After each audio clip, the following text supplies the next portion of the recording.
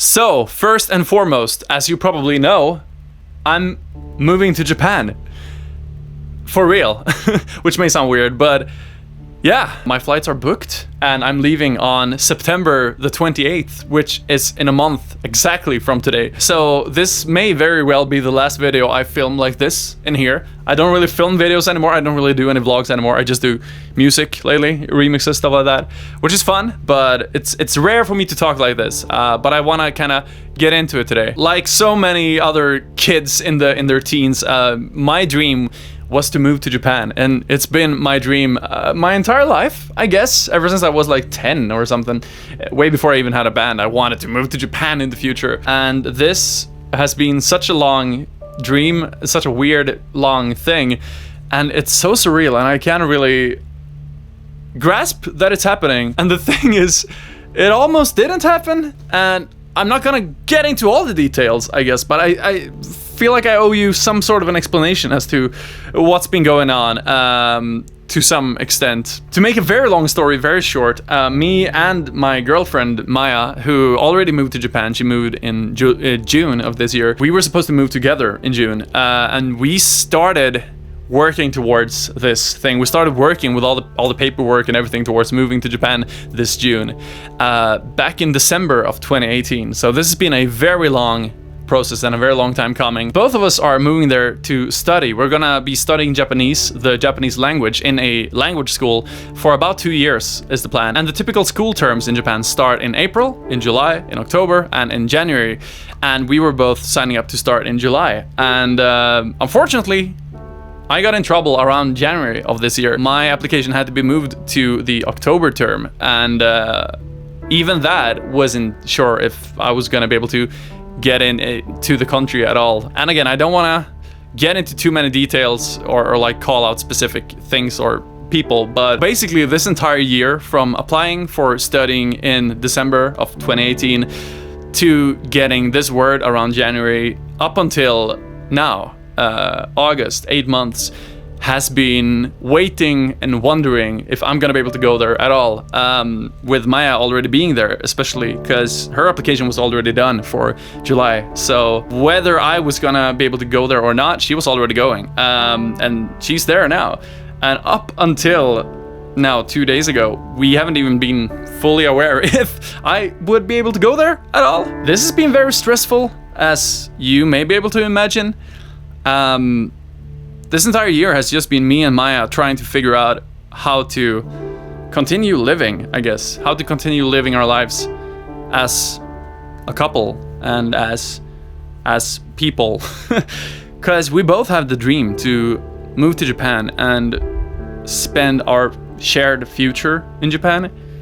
We want to grow old in Japan, if that makes sense. And that's what we want to do. And this was supposed to be our way there. And we have sacrificed so much time and so much effort into this, and just waiting from January through all the way through now, late August, without knowing for certain. And at a time it looked like I was just not going to be able to do this at all, ever, perhaps.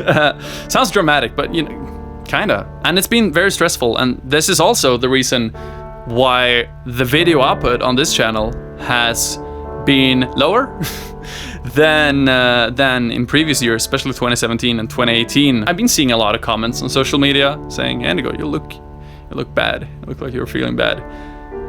And I've alluded to this on social media. God, this video is getting heavy. I'm sorry. This wasn't my intention, but might as well be honest. I have nothing to hide.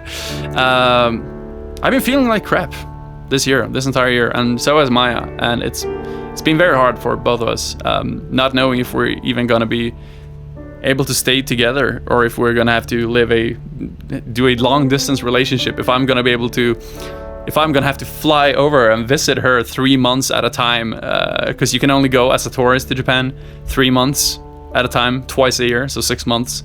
And she already had her visa for 1 year, and that was like decided upon, so it was hard to retract that without her getting negative complications. So from March, April, up until she moved in June, we were like, well, I guess these are our last 2 months together, maybe. What do we do then? What do we do if I don't get into Japan? And I don't want to stay in Sweden either by myself without Maya.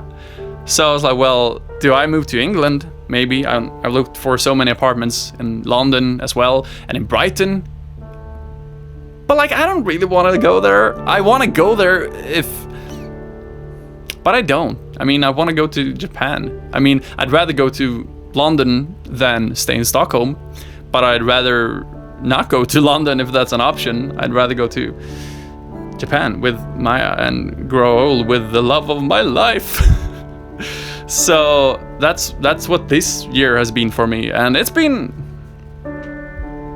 shit for the most part. But this isn't supposed to be a video of me telling you about my shit year. I'm getting a bit like, thinking about it. But we finally got word 2 days ago that, in contrary to our expectations, and honestly quite surprisingly, my application finally went through, and it only took, 8 or 9 months of like not knowing if we're gonna be able to be a couple, or do a long distance thing, or whatever we were supposed to do. If Maya also has to leave Japan, which is her dream, and give up on that just to be with me in another country where none of us really want to be, live a life that none of us really want to live, just because we're not able to live in Japan, because that's where most of our friends are there, close personal friends, and so much people we consider family and have done for so long, and we've really fallen in love with the place. And to have that dream, that common shared dream that we've had, come true for one of us quite easily. I mean, not easily, Maya struggled too, but like almost not coming true for one of us, me, because of reasons that were way out of my control, because of stuff other people did that affected me indirectly. So that is like why there hasn't been as many videos. It feels like I do a lot of these videos. Why there hasn't been? This is the real deal. This is the truth. Not that I've been lying to you in the past, but I wanted to keep this under wraps, because if we were denied again, I was like, well, what do I tell my audience? I don't care if my channel would crash entirely or get demonetized or get deleted. As long as I'm able to live with Maya in Japan. I'd give up my channel any day for that. But like, I don't want to stay in Sweden and do my remix career with Maya in Japan, and she wouldn't want that either. However, 2 days ago I did receive an email saying that we did actually get an approval for my visa as well, and now I'm moving too. And I'm moving in with Maya in her apartment, a tiny apartment that Maya lives in that is barely enough for herself. I'm gonna move in there as well, and we're gonna live there for like a couple weeks or something while we look for something bigger together. And once that happens, I'm gonna give you an apartment tour, so don't worry about that. So I just really kind of wanted to talk to you about that. It's done. And I know I made a video before saying, hey, we're moving to Japan. We didn't know that we knew that Maya were moving. We wanted to announce it way earlier than a week before, when we made that video, a week before she moved. But we had to wait. Is the video gonna be called "Why My Girlfriend Is Moving to Japan and I'm Not," or something like that? Or like, will I have to make another video now saying like, I'm not actually moving to Japan, here's why, explaining, but I'm actually moving. It actually worked, and we worked so hard together, and Maya's been so supportive of me, and it's been really tough for her as well, and I've seen her suffer so much, and I've tried to help her, and she's tried to help me, and I know for a fact that without her, I wouldn't have been able to get through this properly, and without the support of my family and so many of my friends who have been super helpful. I really need to give a mega shout out to Masato-san in Japan, director of Ask Japanese. He's been the biggest hero of them all. God, he's helped me so much with everything. So big shout out to you. Go subscribe to Ask Japanese, everybody, and so many other people as well who helped me out. So I'm truly thankful. You know who you are, everybody. I've thanked you so many times at this point, but this is happening. On September 28th, I too am moving to Tokyo, and I'm moving in with Maya. I mean, I have no intentions of going back to Sweden after that. I'll come back and say hi to my family, of course, but we have no intention of moving back to Sweden. Like, we're gone. So to start with, we're moving for 2 years to study Japanese, learn the language. We both speak it already. I can talk to people, have fun. Maya's better than I am. She's way better. None of us are really fluent though, so that's number one. Like, get a degree in Japanese language proficiency, and once we have that, we'll find a way to stay there even longer, I hope, somehow. And this in itself actually leads me on to my second topic, which I wasn't supposed to talk that long about that, but there you go. Hope you enjoy that. We are starting a new channel. I mean, I'm starting a new channel. I mean, we are... Okay, secret between you and me. We are starting a new channel together. I haven't announced that it's we, but we're starting a new channel. I wanted to make a proper Japan channel. I want to film in Japan. There's so much stuff I want to show you, and not just vlogs, but I have like ideas for documentaries and reports and interviews with fascinating people and stuff like that. I'm super inspired by Abroad in Japan by Chris Broad. It's my favorite channel in the whole world on YouTube. Great channel. I want to do what he does. I want to showcase Japan in a fun way, but make it look super professional. And my idea has been, which is why I asked you on social media to, hey, think of a name for a channel. Give me some suggestions. And you guys said Endigo in Japan.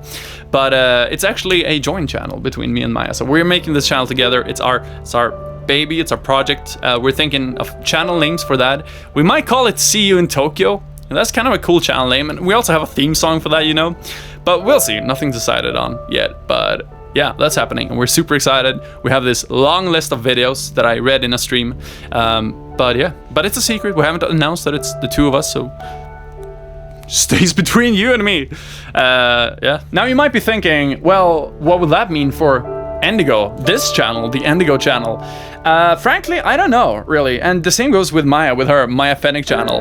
But we both we're thinking that these channels will be our music platforms kind of exclusively. So you probably won't see too many of these types of videos anymore.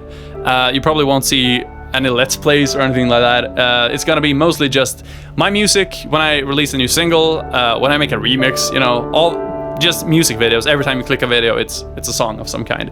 I don't know how often, because right now both of us are really inspired and burning for this new channel. So I think most of our effort is gonna go on there. But I have no idea how often we'll put videos on there, how often Maya will do videos on her channel, how often I'll do videos on here. Because we're also going to be studying full time. So, and yeah, we'll see what happens. So whenever the new channel is launched, I'll let you know. I'll let you know on social media as well. So make sure you follow me at Endigo Skyborn everywhere. I think we'll have to move to the new bigger apartment first to be able to film for it. But patience, it's coming. Did I have anything else to say?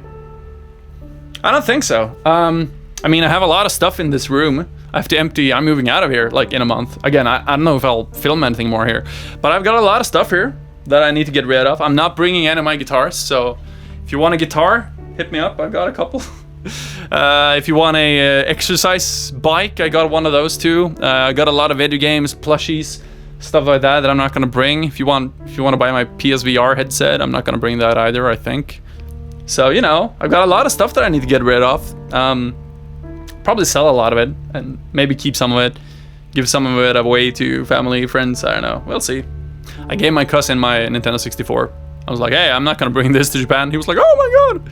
That was fun. He got happy. So yeah, I think that's pretty much it. Sorry if this video got a little bit long and emotional, but I figured those of you who are interested in me and my life and Maya and what's going on probably watch this all the way through anyway, if you're interested, and those who don't care probably wouldn't click the video anyway. I might as well just be thorough and be honest, because I feel that those of you who watched this video this long and support me this much deserves some honesty. So that's what's going on. So yeah, I don't know how to end this video, but I'm moving in a month. It's been such a long time of not knowing, and both of us almost believing that I'm not gonna be able to move, and that being very hard. So it's kind of hard for me now to go from that 2 days ago, to now being like, I'm moving to Japan and all my dreams will come true. Give me another week to adjust. It's a little too quick of an adjustment, but it's super fun. And I really feel like, as Ninja said in his Mixer announcement video, this is a good opportunity for me to get back to my roots.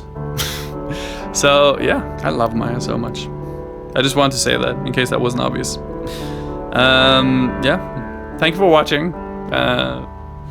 Bye.